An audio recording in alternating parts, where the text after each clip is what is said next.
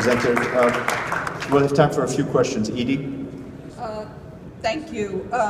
Mr. Secretary General, in the field of promoting peace, Saudi Arabia has announced a halt to the fighting in the airstrikes in Yemen.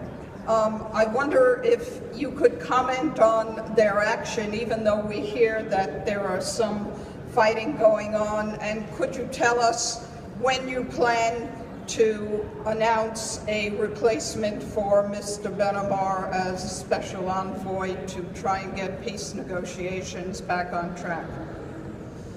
I have taken note of the announcement yesterday by Kingdom of Saudi Arabia and its coalition partners on 21st April to conclude these airstrikes. As you may remember, last Thursday during my press conference at the National Press Club in Washington, D.C., I called for an immediate ceasefire at that time.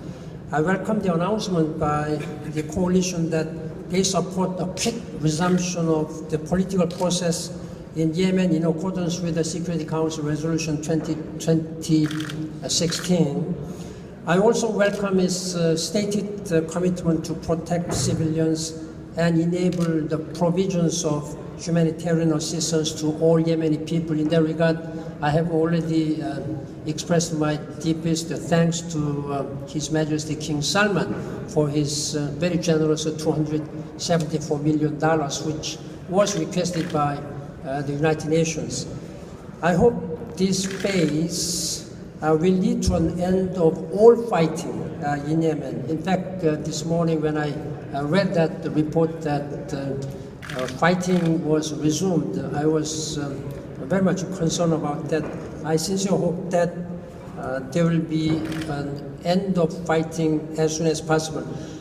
As for your second question, I have been in consultation with the Security Council members and the GCC countries about my proposed appointment replacing Mr.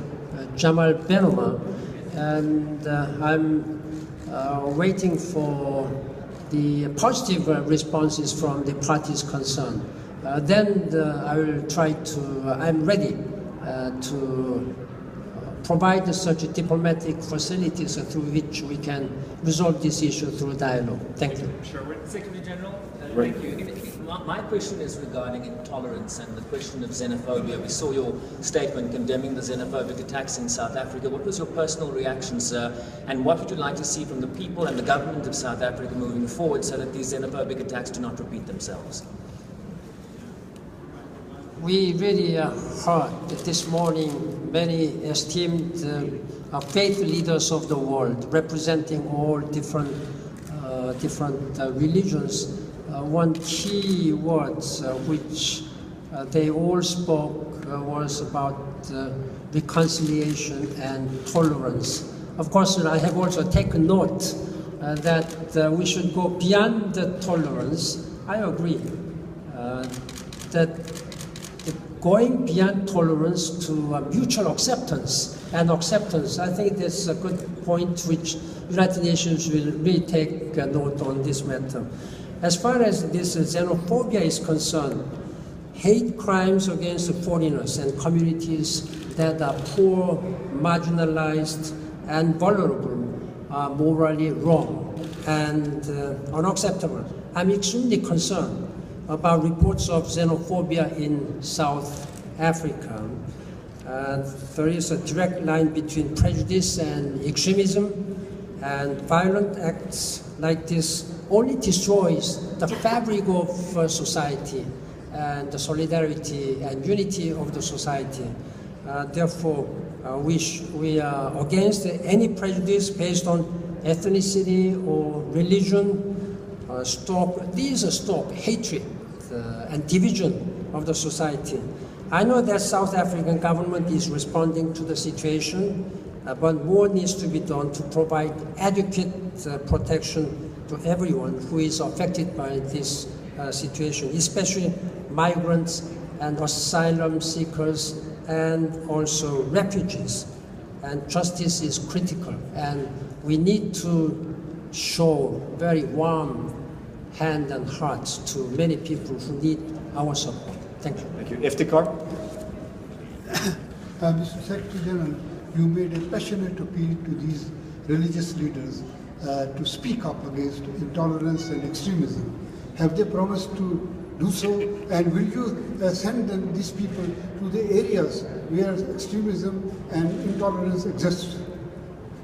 I am very much encouraged. I am grateful to our very respected world's faith leaders.